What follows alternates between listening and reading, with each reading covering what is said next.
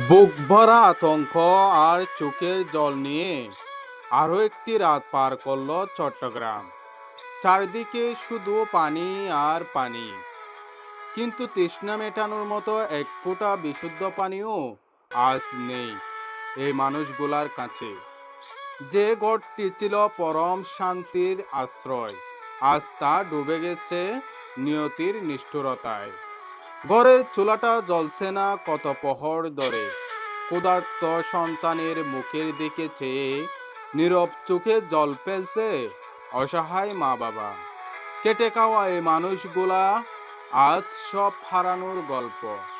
কারো ব্যবসার শেষ সম্বলটুকু বেঁচে গেছে, কেউ বা হারিয়েছেন সারা জীবনের সঞ্চয়।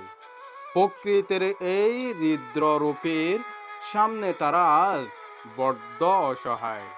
কিন্তু এই অন্ধকারের মাঝেও বেঁচে থাকার আলো, যখন সরকারি সাহায্যের চেয়েও বড় হয়ে ওঠে মানুষের পাশে মানুষ দাঁড়ানো। নিজেদের জীবন বাজি রেখে কখনো কেউ কেউ হাত বাড়িয়ে দিচ্ছেন পরম মমতায়। চট্টগ্রাম আজ কাঁদছে, কাঁদছে আমাদের ভাই বোনেরা।